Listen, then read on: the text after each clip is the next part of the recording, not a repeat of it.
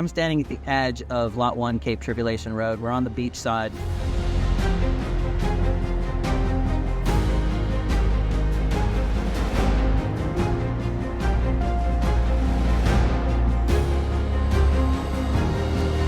G'day everyone, Justin here from Rainforest Rescue. Okay, so Lot 1, Cape Tribulation Road. What an amazing property with quite a diversity of different ecotones for the future.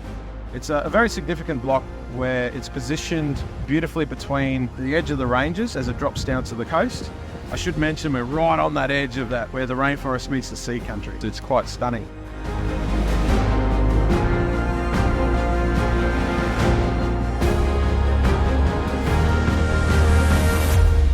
Very important little slice to protect for the future as a corridor.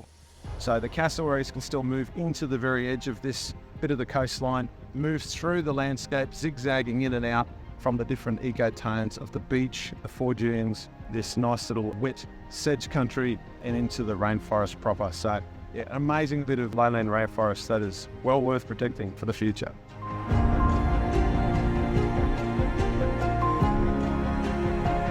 This is an incredibly biodiverse property and a real win for nature once we protect it forever with your support.